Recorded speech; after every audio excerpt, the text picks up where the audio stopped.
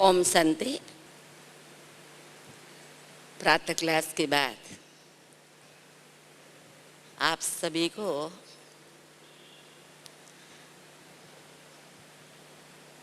आज का विषय बताया गया है। आपसी संबंधों में स्नेह, सहयोग और रूहानियत हमारे जीवन के अंदर कैसे आवे। हम सभी अपनी इस जीवन की यात्रा कर रहे हैं। वो यात्रा किसकी लंबी होती है, किसकी छोटी होती है, परंतु इस यात्रा के अंदर स्नेह और सहयोग दोनों की बहुत आवश्यकता रहती है। जैसे हम अपने घर के अंदर जीवन व्यतीत करते हैं, अपने माता पिता भाई बहन सभी के साथ हम रहते हैं। उसमें भी देखा जाए कि सबसे अगर हमारा स्नेह रहता है तो उस स्नेह के आधार से हमें भी समय पर सहयोग सभी का अवश्य प्राप्त होता है। चाहे हम किसी कार्य क्षेत्र पर है, कोई सर्विस के स्थान पर है, या किसी ऑफिस के अंदर कोई मैनेजर है, चाहे इस सेवा केंद्र के अंदर भी निमित्त स्थान पर है, यानी जहाँ जहाँ जिस कार्य क्षेत्र में है उस कार्य क्षेत्र के अंदर कई व्यक्तियों के साथ हमें आना पड़ता है और उसके साथ हमारा जो संबंध है वो संबंध भी हमें रखना पड़ता है। और उस संबंध के साथ सबके प्रति अगर हमारा स्नेह रहता है तो वहाँ भी देखा जाए कि सबके द्वारा हमें सहयोग जरूर प्राप्त होता है। अगर उसमें जरा भी कोई किसी व्यक्ति के साथ हमारा स्नेह कम होता है या स्नेह का अभाव होता है, वहाँ उस व्यक्ति की नज़र हमारे प्रति सहयोग की भावना की नहीं रहती है। तो सबसे पहले सब जगह पर सब संबंधों के अंदर स्नेह की बहुत आवश्यकता है। और दूसरा अगर देखा जाए तो कहने में भी आता है कि अगर आप कुछ लेना चाहते हो तो क्या देना पड़ेगा? सबको कुछ देना पड़ेगा। अगर आप देंगे तो दूसरों से आप भी क्या प्राप्त कर सकेंगे। इसके आधार पर मुरली में बाबा के महावाक्य हमको याद आते हैं, जो बाबा सिंधी में कई बार ऐसे सुनाते हैं कि मिठड़ा गुड़ तो गुराए। यानी इसका अर्थ यह है कि आप अगर उसको प्यार करो तो वो आपको क्या करेगा? जरूर प्यार करेगा। अगर आप किसी व्यक्ति को मान दो तो वह व्यक्ति भी आपको क्या करेगा? जरूर मान देगा। तो देने से सामने क्या हमको मिलता है। लेकिन कई बार हम देते नहीं है और हम अंदर से क्या लेने की भावना रखते हैं। देने में हम मनहूस बनते हैं और लेने में हम चाहते हैं कि सामने वाला व्यक्ति हमारे प्रति उदार बन जाए। ऐसे हो सकेगा? कभी नहीं हो सकता है। तो देना माना ही लेना, ये हमारे जीवन का पहला केंद्र बिंदु बना दो। पहला एक बहुत अच्छा सिद्धांत बना दो आप, और फिर ये यात्रा देखो आप करते रहो तो इस यात्रा के अंदर आपको बहुत कुछ प्राप्ति का अनुभव होगा। सिद्धांत कहो या मंत्र कहो, ऐसा आप अपने जीवन के अंदर ये पक्का कर लो तो आपको बहुत कुछ मिलेगा। और दूसरी बात आती है कि सहयोग प्राप्त करने के लिए बाबा हमेशा मुरली के अंदर क्या कहते हैं? बच्चे आप सबकी विशेषता देखो। या आपने मुरली के अंदर सुना हुआ है, किसी के गुणों को देखो, किसी की विशेषता को देखो, तो कई बार हम विशेषता को भूल जाते हैं, उसको हम देखते नहीं है, परंतु उसमें क्या अवगुण है वो हम देखते हैं। अभी वह देखने से क्या हमको सहयोग मिलेगा? भले उसके अंदर अवगुण है तो भी गुण तो होता ही है। तो आप उसके गुण के तरफ नजर डालो, आप उसके गुण को देख कर के उनसे व्यवहार करो। अगर गुण को देख कर के व्यवहार करेंगे तो आपका संबंध भी बहुत अच्छा रहेगा। परंतु उसके अंदर गुण भी है, अवगुण भी है, और आप अवगुण को देख कर के अगर उनसे व्यवहार करेंगे तो आपका संबंध उसके साथ कैसा रहेगा? स्नेहयुक्त रहेगा? नहीं रह सकता है, कभी भी नहीं रह सकता है। इसलिए बाबा कहते हैं हर एक के अंदर कुछ न कुछ भले अवगुण भरे हुए हैं, परंतु आप उसकी विशेषता देखो। देखो इसकी बुद्धि कितनी महान है, इसमें गीत बनाने की कितनी अच्छी कला है, इसके अंदर खाना पकाने की कितनी अच्छी विशेषता है, ये खाना पकाते तो बहुत अच्छा होता है, विशेषता देखी। और घर के अंदर नौकर भी होगा ना, उस नौकर को भी अगर आप कहते रहेंगे बहुत अच्छा आप काम करते हो, आप बहुत अच्छा काम करते हो, तो उसको भी आपके प्रति सहयोग देने की भावना क्रिएट होगी। और वो बहुत अच्छा करते हो, बहुत अच्छा करते हो हम कहते रहे तो उसने और ही 2 काम ज्यादा किया। परंतु आप हर समय उसको यही बोलते रहेंगे, ये क्या? आपको समझ में नहीं आता है ये क्या? ये चीज यहाँ रखनी चाहिए, वो आपकी बुद्धि नहीं चलती है। अभी बार बार उसको आप ऐसे हर बातों के लिए बोलते रहेंगे तो वो अच्छा काम करता होगा तो भी उसका काम क्या होगा? बिगड़ जाएगा। तो आप बहुत अच्छा करती हो, उसको आप बोलो तो उनको अच्छा लगेगा, वो अच्छा करेगा। इसलिए हमेशा किसी की विशेषता देखो, किसी की अच्छाई को देखो, और अच्छाई को देखते देखते आप भी क्या बन जाएंगे? अच्छे बन जाएंगे। आपके अंदर वो अच्छाई आ जाएगी। और हर एक की अपनी अपनी विशेषता होती है।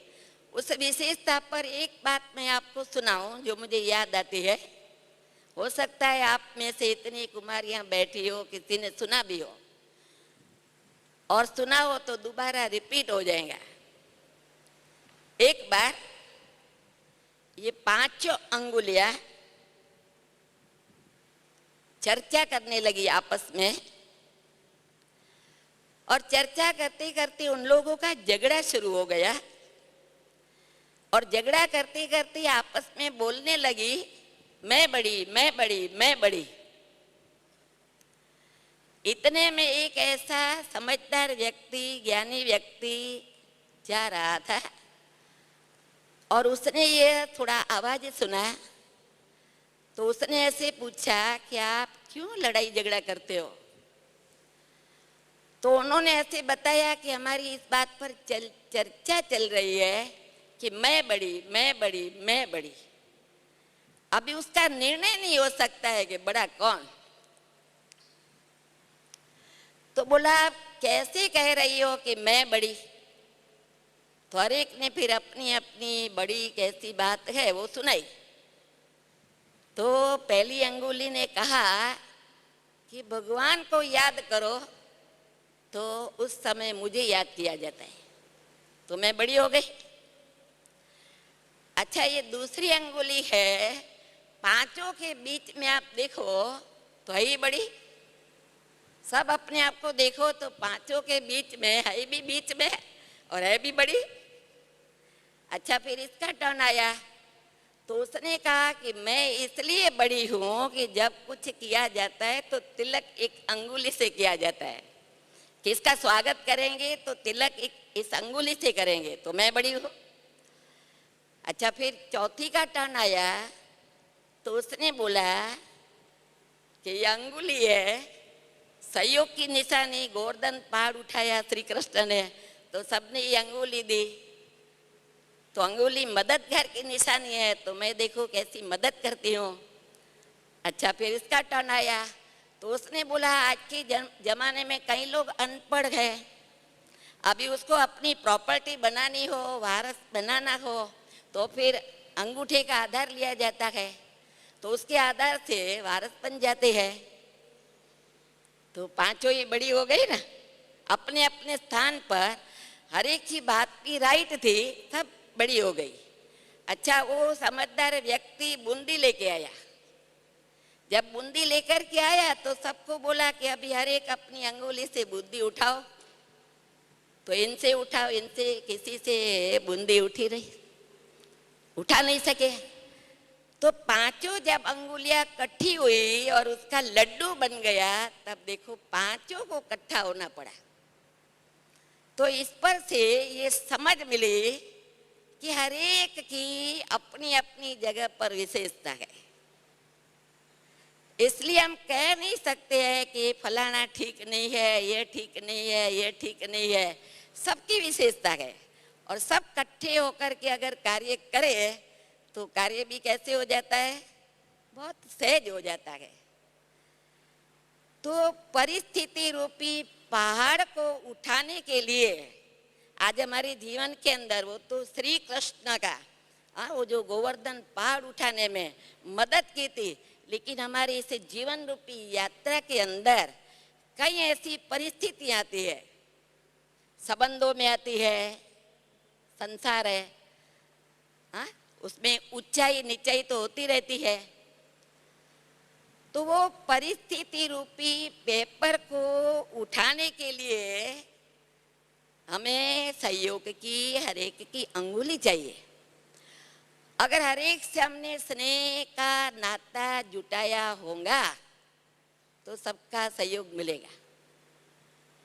हम कभी कभी ऐसे कह दे मुझे आपके सहयोग की जरूरत नहीं है, गुस्से में आकर ऐसे कई बार बोल देते हैं ना, कोई अर्जा नहीं है, आपकी कोई जरूरत नहीं है। चाहे घर के अंदर, चाहे ऑफिस के अंदर, चाहे तो लौकिक अलौकिक जीवन के अंदर कई बार ऐसे गुस्सा आ जाता है तो हम ऐसे बोल देते हैं जरूरत नहीं है।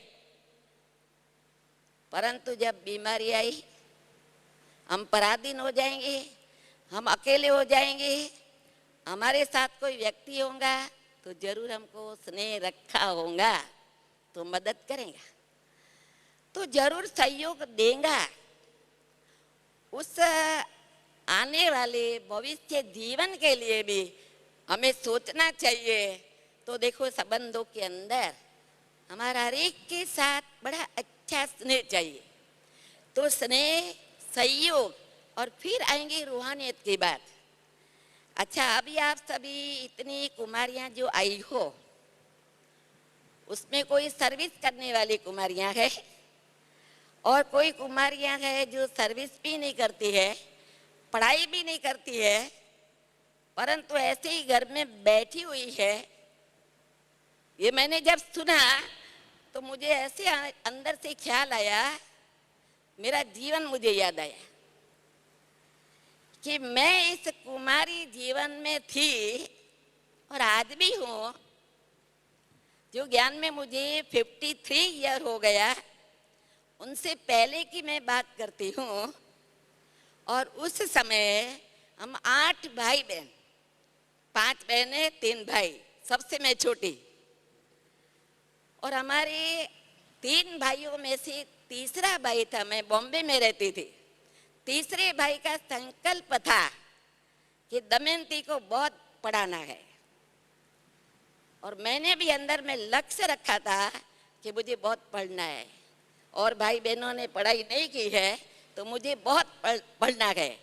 ड्राइंग की परीक्षा दी, कोविड की परीक्षा हिंदी में दी, अगली सब परीक्षाएं दी। ओल्ड एसएससी में थी, जो आज जिसको 12वीं कक्षा कहते हैं, फिर फर्स्ट ईयर में जाने का था। और उस समय मैं 16 साल की थी। और 16 साल से पहले मैं 5 साल लगातार स्वाध्याय केंद्र में जाती। गुजरात में, बॉम्बे में, सब जगह पर पांडुरंग शास्त्री जी का नाम है। तो 5 साल में मैं वहाँ पर गई। तब तक मेरी उम्र 16 साल की हो गई थी। और फिर इतने में मेरी बड़ी बहन ज्ञान में थी और उस बहन ने मुझे ब्रह्मा कुमारी विद्यालय का, थोड़ा आप समझो, आपके अंदर स्वाध्याय केंद्र में जाती हो तो आपके धार्मिक विचार है, बॉम्बे जैसे स्थान पर रहने वाले, फिर भी आप धार्मिक विचारों को दमयंती अपनाती हो तो आप आओ ब्रह्मा कुमारी का, आपको बहुत अच्छा लगेगा। मैंने ओल्ड एसएससी की एग्ज़ाम दे दी, मानो कि 12वीं कक्षा की बात अभी होती है। मैंने एग्ज़ाम दे दी, फिर मुझे इतना अच्छा लगा। सिर्फ 7 दिन क्लास तो करते, पहले दूसरे तीसरे दिन है मुझे इतना तीर लग गया। और तीर लगते ही संकल्प किया, तीसरे दिन पर तुम बसर बाहर का खाना सब बंद।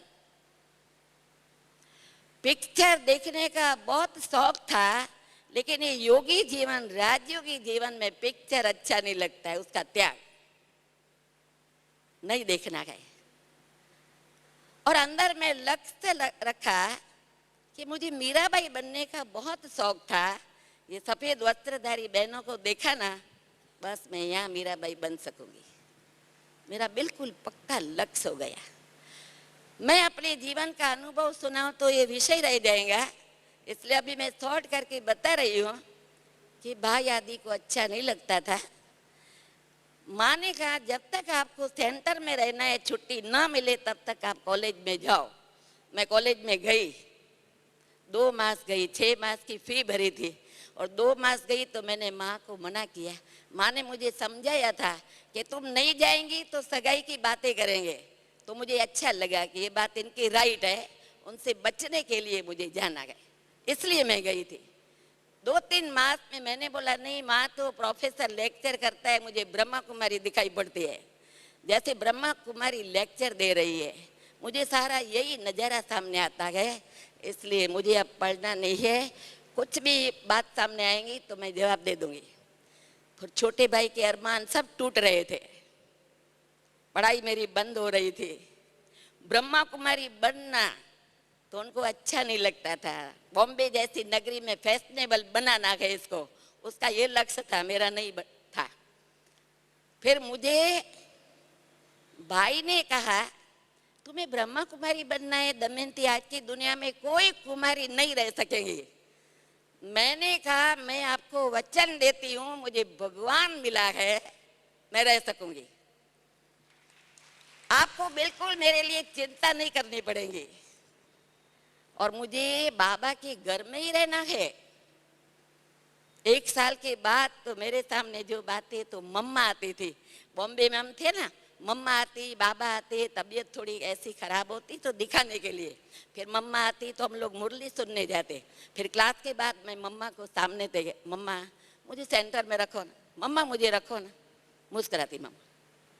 दूसरे दिन मम्मा मुझे रखो ना, जवाब नहीं मिलता। तीसरे दिन, चौथी बार, 5वीं बार, कितनी बार मैंने बोला, मम्मा जवाब नहीं देती थी। फिर मेरी बड़ी बहन जो ज्ञान में ले आई ना, तो बोला दमयंती की इतनी इच्छा है तो मम्मा रखो ना। तो मम्मा ने थोड़ा सुना। सुनने के बाद मम्मा ने मेरे आगे 2 बातें रखी, जिन बातों का मुझे कोई अनुभव नहीं था, कोई ज्ञान नहीं था। तो मम्मा ने कहा दमयंती सहन करना पड़ेगा। मैंने कहा मंजूर है, मुझे रखो आप।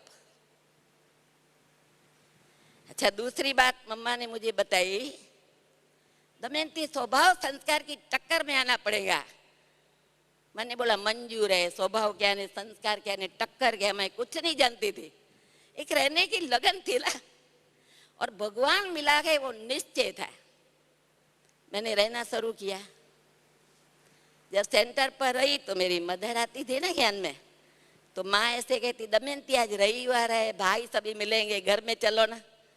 तो मैंने कहा भाइयों को बोलो सेंटर पर मुझे मिलने आवे, मुझे घर में नहीं चलता है, क्योंकि योगी है हम लोग। अभी योगी हो गए तो हमारा संबंध परमात्मा के साथ है, इस प्रभु परिवार के साथ है, और इस परिवार से हमारा मीठा संबंध है। ऐसे मैं उनको जवाब देती थी। फिर थोड़े समय व्यतीत हुए तो मदर ज्ञान लेने आती थी ना, तो आती थी तो कोई माताएं उनको ऐसे बोलती होंगी, तुम्हारी दमयंती तो बहुत काम करती है, बहुत सहन करती है, ऐसे वैसे। तो मुझे माँ ने ऐसे कहा, दमयंती ये बातें सब मुझे की उसने, दमयंती आपको बहुत, हमने बोला आप नहीं बोलती हो, ज्ञान में आने वाली माताओं ने आपसे बात की है, वो आप बोल रही हो, आज बोला फिर दोबारा कभी नहीं बोलना, ऐसे मैं जवाब देती थी। तो आज हमारी बहनें कुमारियां जिस पर बाबा इतना नाज रखते हैं, और वो कहती है ब्रह्मा कुमारी नहीं बनना है लेकिन सर्विस कर दी है, ये उसका जवाब है। सर्विस करने से हम 2 पैसा कमाएंगे, फिर हम बाबा के घर में मदद करेंगे। परंतु उन कुमारियों को भविष्य का पता नहीं है कि हम सर्विस करेंगे, 2 पैसा हाथ में आएगा, हम स्वतंत्र जीवन व्यतीत करेंगे, ये स्वतंत्रता नहीं है। परंतु हम भगवान के घर में अपना जीवन न्योछावर करें ना, ये सच्ची स्वतंत्रता है, क्योंकि हम ईश्वरीय बंधन में है, ईश्वरीय संबंध में है। तो पहला संबंध हमारा शिव बाबा के साथ बड़ा घनिष्ठ होना चाहिए। ऐसा संबंध जो आज बाबा कहता है मेरा तो एक शिव बाबा, दूसरा न कोई। फिर कुमारियों से पूछो कि आप घर में रहती हो, आप सर्विस तो नहीं करती हो, फिर बाबा के घर में क्यों नहीं आती हो? फिर ब्रह्मा कुमारी बनने का लक्ष्य रखकर सेंटर में क्यों नहीं रहती हो? तो हमको डर लगता है, हमको भय लगता है। भय किस बात का लगता है? जो आने वाले भाई बहनों ने या कुमारियों ने हमारे से बातें की, सेंटर में मत रहना, बहुत सहन करना पड़ेगा, आप रह नहीं सकेंगी, आप ये बात याद रखना। अभी वो हर एक में क्या भय पैदा हो गया।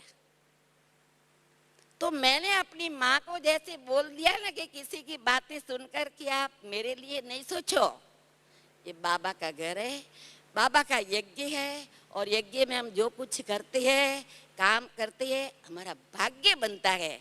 आपका जवाब ऐसा होना चाहिए, आप हमें सुना करके डराओ मत, ऐसे कहना चाहिए। इसकी बजाय आप सभी सुन करके क्या डर जाती हो, भय पैदा करती हो अपने जीवन के अंदर। मुझे भय लगता है, अरे आपकी जब उम्र होगी, आप ससुराल घर में चली जाएंगी, तो आपके पति के स्वभाव पर नहीं चलना पड़ेगा। पति अगर दारू पीने वाला निकल आएगा तो आपको तोड़ नहीं निभाना पड़ेगा। आपकी ननंद है, वो कोई न कोई बात में आपको घड़ी घड़ी ठुंगा लगाती रहेंगी, तो आपको सहन नहीं करना पड़ेगा। अरे आपकी सासू अगर ऐसी निकल आई, बहू कोई बहू समझती है, बच्ची नहीं समझती है, तो आपको सहन नहीं करना पड़ेगा। मैं हमेशा कुमारियों को कहती हूँ, मेरे पास रहती है तो उनको मैं जब भी क्लास कराती हूँ तो मैं कहती हूँ कि देखो हमारा भय इस आधार पर निकल सकता है, हमारी बड़ी बहन माँ है। अगर आप सासू भी समझो ना तो भी कोई हर्जा नहीं है, ससुराल में जाएंगे, दूसरे घर में जाएंगे तो सासू मिलेंगी ना, लेकिन हमेशा कहते सासू को माँ समझो, तो आप उसको माँ समझो। हमारे साथ रहने वाली बहन है, वो अगर कुछ ना कुछ आपको ऊंचाई पर जा रहे हो, नीचा ले जाने की कोशिश करे, तो आप समझो ये मेरी ननंद है, ठुंगा लगाती रहेंगी, कोई अर्जा नहीं है। अगर हमारी कोई बड़ी बहन है, हमारे से बड़ी बहन है, तो बड़ी बहन है तो जेठानी है, आप समझो जेठानी क्या नहीं करती है देरानी के साथ, तो आप उस घर में जाएंगे। रहते रहते रहते अगर आपके जीवन का निश्चय थोड़ा ठंडा हो गया और उम्र हुई और शादी कर दी या तो माँ बाप ने करा दी, तो वो सब आप जो सहन कर सकेंगे, इसकी बजाय यहाँ ट्रांसफर कर दो।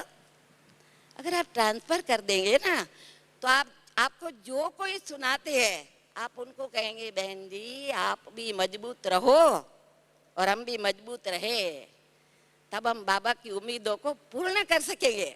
कर सकेंगे कि नहीं? बोलो, कोई कुमारी घर में रह सकेंगी फिर कभी?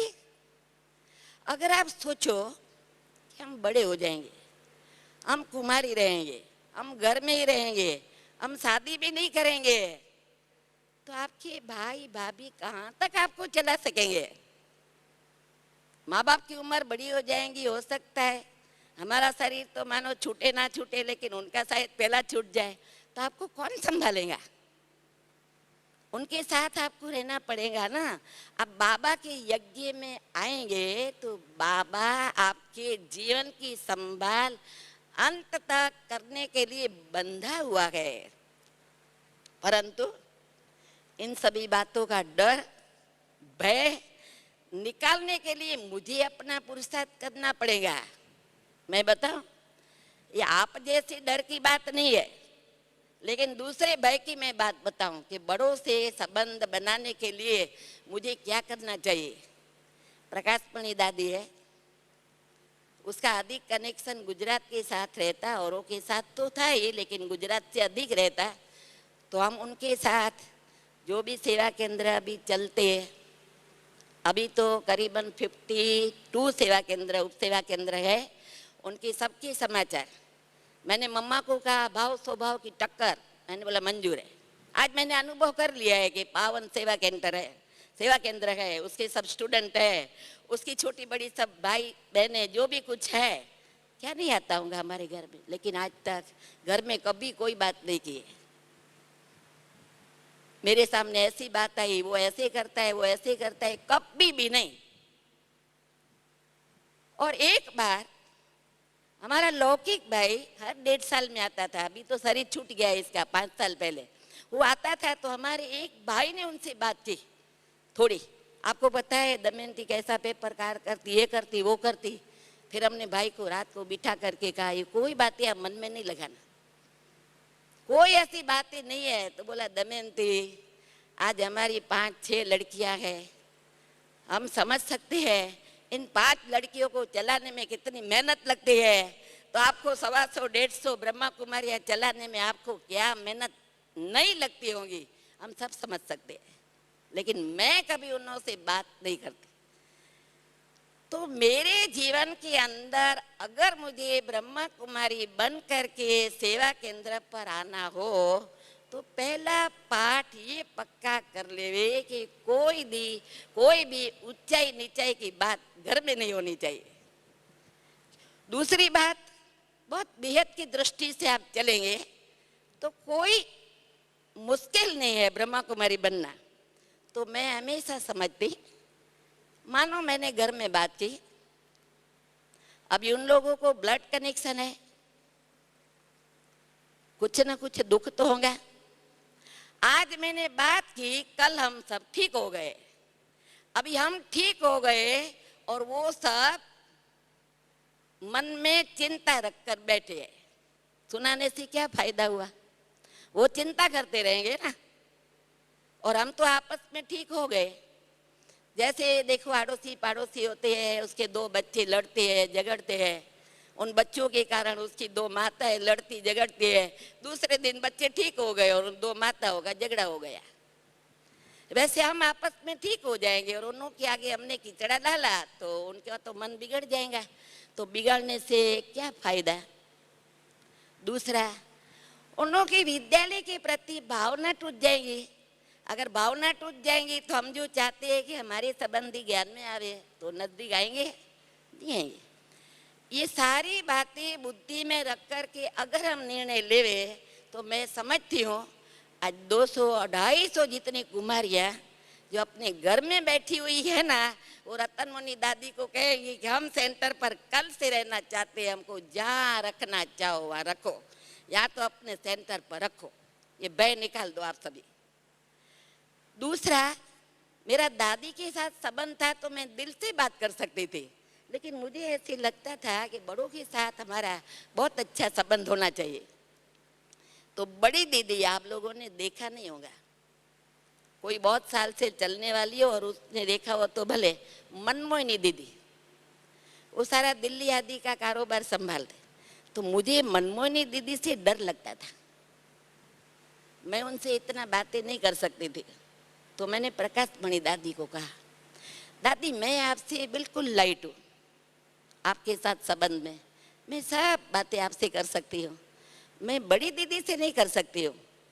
तो मुझे बड़ी दीदी ने रास्ता बताया, देखो दमयंती, मेरे से आपने जो बातें की ना, जो समाचार सुनाया, सेवा की बातें सुनाई, कोई भी बात अभी जो सुनाया वो अभी जाओ मनमोहिनी दीदी के पास, आप कहो मुझे मिलना गए, फिर बड़ी दीदी आपको मिलेंगी। फिर जैसे मेरे से बातें की ना वैसे उनसे करना। मैंने सब बातें की और वो बातें करते मैंने बताया कि दीदी मुझे आपसे बहुत डर लगता था। वो प्रकाश मणि दादी को मैंने कहा और दादी ने मुझे ये रास्ता बताया, उस आधार से मैं आपके पास आई हूँ। बोला अरे दमयंती आपको मेरे से डर लगता है। तो मैं प्रकाश मणि दादी से भी मनमोहिनी दीदी से बहुत लाइट हो गई, इतनी लाइट हो गई जो सुबह को 6 बजे पहले मैं प्रकाश मणि दादी के पास गुड मॉर्निंग करने जाती थी, उसके बाद दूसरे दिन मैं मनमोहिनी दीदी के पास जाने लगी, वहाँ बाद में जाती थी। तो मनमोहिनी दीदी कहती आओ दमयंती आओ आओ आओ, अभी तो भय नहीं लगता है ना। मैंने बोला नहीं दीदी बिल्कुल, अभी तो मुझे बहुत अच्छा लगता है आपसे बातें करना। तो हमारा भय हमें ऐसे समझ करके और स्पष्टता से बात करके दिल की सच्चाई और सफाई से अगर हम चलेंगे बड़ों के साथ तो बड़ों से हमारा कनेक्शन बहुत अच्छा रहेगा। तो बड़ों से हमारा संबंध इतना अच्छा होगा, जो हमारा स्नेह इतना बढ़ जाएगा और वो स्नेह रूहानी स्नेह हमको शिव बाबा की तरफ ले जाएगा। कोई व्यक्ति मेरे से स्नेह करे और मेरी बहुत महिमा करे, वो मुझे अच्छा न लगना चाहिए। बाबा की महिमा करे वो मुझे अच्छा लगे। अगर मेरी महिमा करे तो हम साक्षी होकर सुन लेवे। देखो मम्मा की बात मैं आपको बताऊं, अभी आप सेवा केंद्र पर आए नहीं हो, लेकिन मैं समझती हूँ कोई कोई लक्ष्य ये आए हो ना, सभी आप लोग भट्टी में आए हो और आने के बाद आपको ये सुनकर सब बातें सुनकर कि हो सकता है कई कुमारियों को ऐसे होंगे अभी हम सेवा केंद्र पर रहने की हिम्मत करें, बाबा हमारे साथ है, जिसका साथी है भगवान, गीत याद है ना, जिसका साथी है भगवान उसको क्या रोकेंगे आंधी और तूफान। जिसको भय लगता हो ना वो अंदर ही अंदर ये गीत गाते रहे, आंधी तूफान जो भी कुछ आवे वो हम ऐसे अच्छे दीपक है जो हमारा साथी पहलवान है, स्वयं भगवान है। ये आंधी तूफान हमको कुछ नहीं कर सकता है।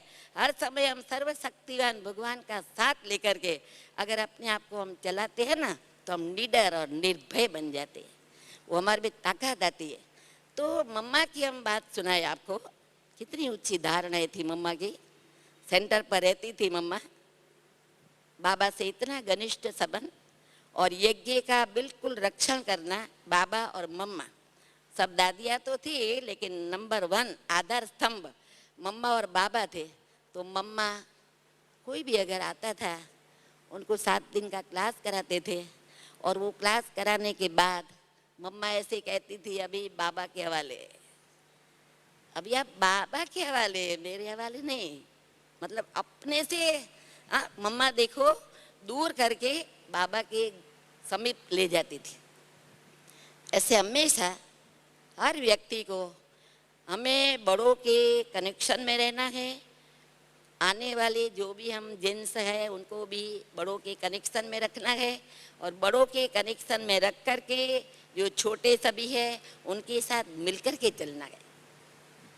आपसी संबंध हमारे ऐसे स्नेह युक्त होने चाहिए और मिलकर के चलेंगे। ये प्रभु परिवार है, तो प्रभु परिवार के अंदर तो हर एक आत्माओं का पार्ट अपना अपना है। कोई का बहुत श्रेष्ठ पार्ट है, कोई का देखो तो थोड़ा ऐसा पार्ट है, कोई का देखो तो हमको घृणा पैदा हो ऐसा पार्ट है, ऐसा व्यवहार है। लेकिन प्रभु परिवार है, प्रभु परिवार से पूरा हमको स्नेह रखना है, स्नेह से मिलजुल करके चलना है। तो पहला संबंध हमारा शिव पिता के साथ, बाप दादा के साथ, दूसरा हमारा संबंध बड़ों के साथ, और तीसरा हमारा छोटे छोटे आपस में हम मिल कर के चलते हैं उन सभी के साथ भी हमारा बड़ा स्नेह हो, जो हम स्नेह से मिल कर के चले। ऐसे नहीं कि इनके साथ लड़ाई करे, झगड़ा करे, ऐसा करे तो हम बाबा की प्रत्यक्षता नहीं कर सकते हैं। भले हम घर में रहते हैं तो भी हमारे जीवन की ऐसी धारणाएं हमको पक्की बनानी है। और सबसे अगर हमारा स्नेह होगा ना तो सबका हम आधार लेंगे, और सबसे स्नेह नहीं होगा तो एक का आधार लेंगे। उनके साथ ही रहना, उनके साथ ही खाना, उनके साथ ही काम करना, उनको ही अपने साथ रखना पसंद करना, वो भी रॉन्ग है। इसका अर्थ यह है कि एक से हमारा अगर है तो वो लगाव हो जाएगा। वो लगाव वाला संबंध नहीं चाहिए, लेकिन हमारा सबके साथ, चलो आज हम आपके साथ करते हैं, आज हम इनके साथ करते हैं, आज इनके साथ, सबका हम सहयोग मिलकर के हम काम करते हैं तो कार्य भी जल्दी। गुजराती में ऐसे कहा जाता है, जा जा हाथ रड़ियामणा। अनेक जो हाथ मिलते हैं ना सभी के, तो काम बहुत अच्छा होता है। आप मधुबन में हम क्या देखते हैं, कितने सब मिलकर के करते हैं और कैसे फटाफट काम होता है, आने वालों को भी बड़ा आश्चर्य लगता है। ऐसे हम सबके साथ मिलजुल करके स्नेह और सहयोग के आधार से हम ऐसे चलते चले। और फिर आता है तीसरा शब्द, रूहानियत। हमारा स्नेह कैसा होना चाहिए? आत्मिक स्नेह चाहिए। मेरा तो एक बाबा, दूसरा न कोई, वो भी पक्का कब होगा? कल शायद जानकी दादी ने या तो रतन मुनि दादी ने कहा कि हम लोग जब भट्ठी में थे, बस मैं शुद्ध आत्मा हूँ, मैं शुद्ध आत्मा हूँ, मैं शुद्ध आत्मा हूँ, ऐसा पाठ हम पक्का करते थे। तो हमारी आत्मिक दृष्टि, आत्मिक वृत्ति, फिर हमारी देखो तो आत्मिक स्मृति, हर बात में आत्मिक भावना हो। हम बाबा की मुरली सुनते हैं, 2-3 दिन के बाद आप देखो तो बाबा अधिकतर यही बात करता है, बच्चे मैं किसको देखता हूँ? सुनते हैं ना सभी, किसको मैं देखता हूँ? आत्माओं को देखता हूँ। बच्चे मैं किससे बात करता हूँ? बच्चों से तो बात करता हूँ, लेकिन बाबा हमको ये सिखाने के लिए क्या कहते हैं, मैं आत्माओं से बात करता हूँ। तो बाबा जब मुरली में कहते मैं आत्माओं से बात करता हूँ, आत्माओं से मैं बोलता हूँ, आत्माओं को मैं कहता हूँ, आत्माओं को मैं देखता हूँ, इसका अर्थ क्या है? हमें भी दिन भर में एक दो के साथ व्यवहार में आते हैं, उस व्यवहार में आते हुए किसको देखना है? आत्मा को देखना है, आत्मा से बोलना है, आत्मा से बात करनी है। अगर हम भी ऐसा पुरुषार्थ करेंगे तो हमारी देखो आत्मिक दृष्टि हो जाएंगी। और जब तक हमारी आत्मिक दृष्टि नहीं बनी है तब तक हमको शिव बाबा कभी भी याद नहीं आएगा।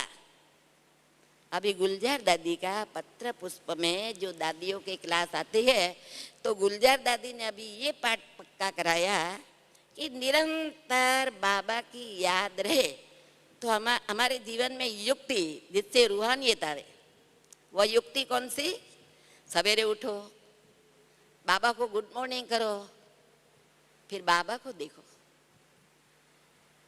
फिर आप दिन भर के अंदर कर्म करते हो, कुछ नियम बना लो। मानो नाश्ता करते हैं तो हम बाबा को याद करें, बाबा आप हमारे साथ बैठो, आप भी नाश्ता करो, हम भी नाश्ता करें।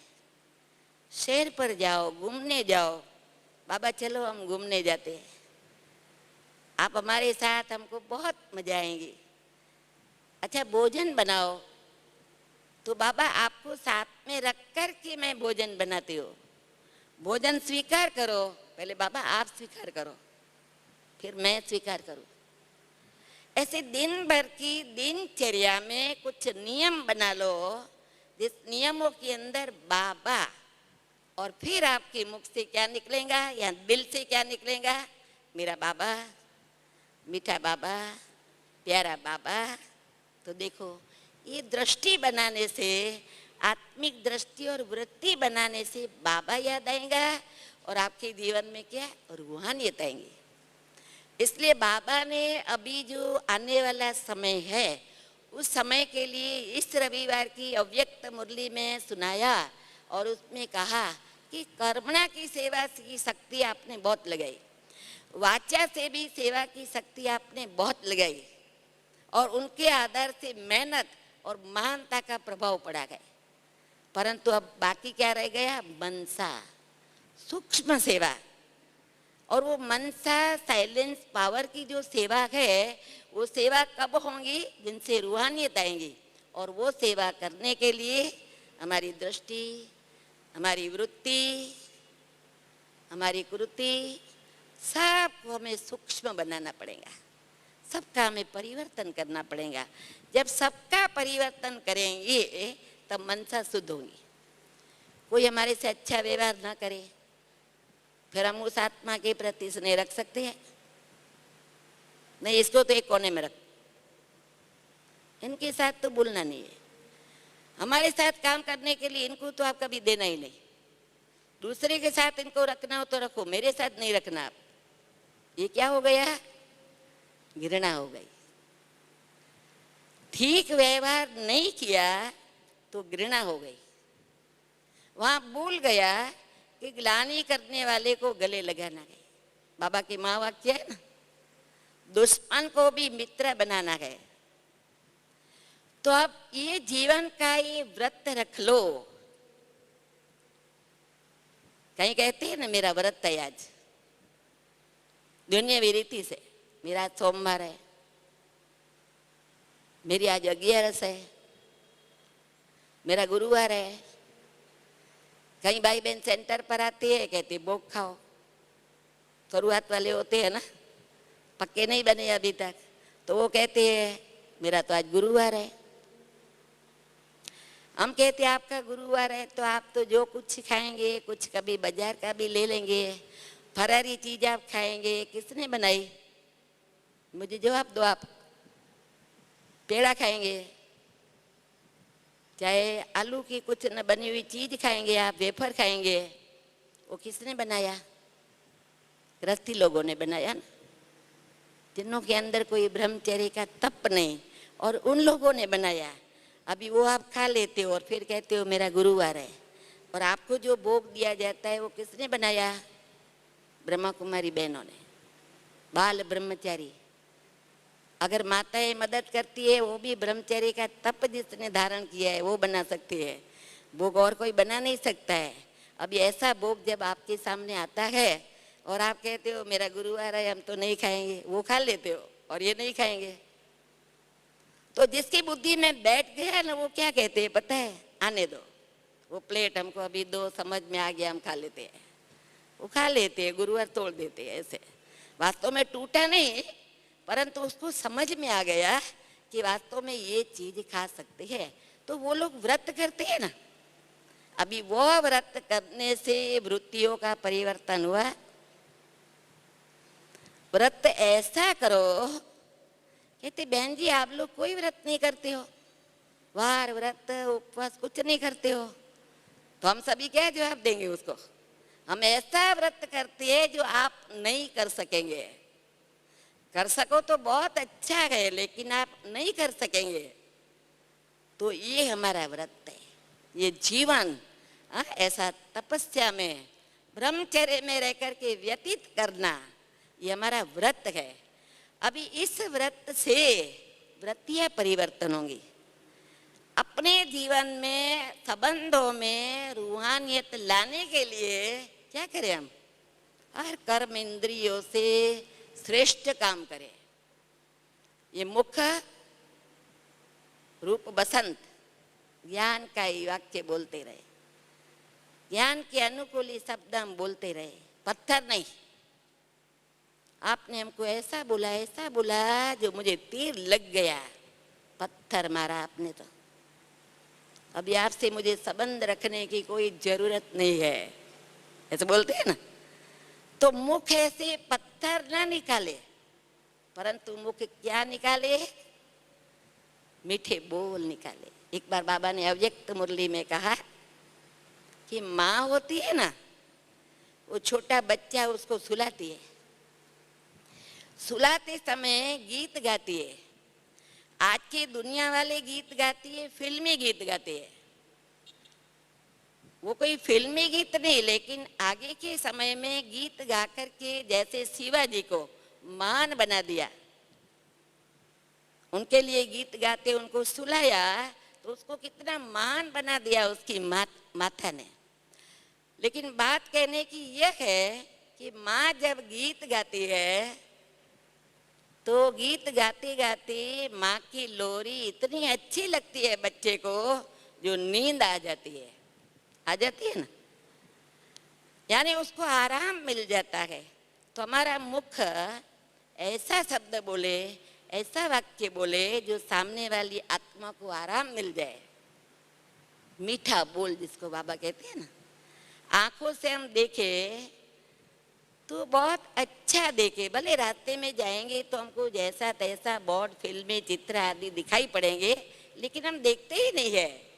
दिखाई पड़े तो भी हम अच्छा ही देखते हैं। कानों से हम सुने तो बहुत अच्छी बातें हम सुने, हाथों से कर्म करे तो भी अच्छे ही कर्म करे, तो हमारी सब कर्म इंद्रिया इतनी अच्छी सत्व प्रदान, तब रूहानियत आती। तो संबंधों में स्नेह सहयोग, और स्नेह और सहयोग के बाद क्या है? रूहानियत भी आनी चाहिए। देखो हमको कई प्रकार की ट्रेनिंग, कुमारियों की ट्रेनिंग रखी जाती है। अभी भी मैंने सुना है आप लोगों के लिए जो फ्री कुमारियां है ना, उसकी 2 मास के बाद दादी जी ट्रेनिंग रखेंगे। अभी वो ट्रेनिंग जो रखी जाती है, ट्रेनिंग में सब बातें सिखाई जाती है, मनसा वाचा कर्मणा, कैसे हमको हर रीति से ऑलराउंड बनना है, बाबा की याद में सब कुछ करना है। परंतु छोटी सी बात मैं आपको बताऊं कि हम जब वाचा सेवा करते हैं, किसको हम समझाते हैं, 7 दिन का क्लास कराते हैं, मानो उसी स्टेज पर आप जब सेंटर में आएंगे तो आ जाएंगे। हो सकता है आप उसी स्टेज पर थोड़ा आ भी गए हो। घर में रहते भी कई कुमारियों को अपनी टीचर बहन कहती है हम लोग बहुत बिजी है, बहुत सेवा चल रही है, आप घर से आकर के इनको लेसन कराना, कोर्स कराना। उस समय भी हमारे जीवन में रूहानियत चाहिए। हमारा किसी व्यक्ति के साथ बोलना, चलना, उठना, बैठना, हंसना रूहानियत वाला। हमारा हाव भाव, चेहरा करना सब कुछ रूहानियत वाला चाहिए।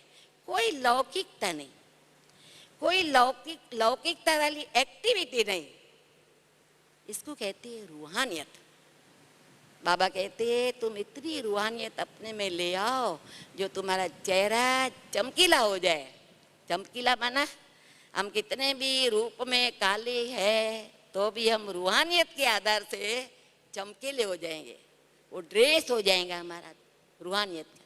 तो ऐसी रूहानियत हमें अपने जीवन में क्रिएट करनी है, ऐसा लक्ष्य रखना है। इसलिए कोई भी व्यक्ति मेरे तरफ स्नेह भले रखे, लेकिन मेरे तरफ मोहित न हो, बाबा के तरफ और दादियों के तरफ। आप दादियों के सानिध्य में जितना हो सके इतना रहो।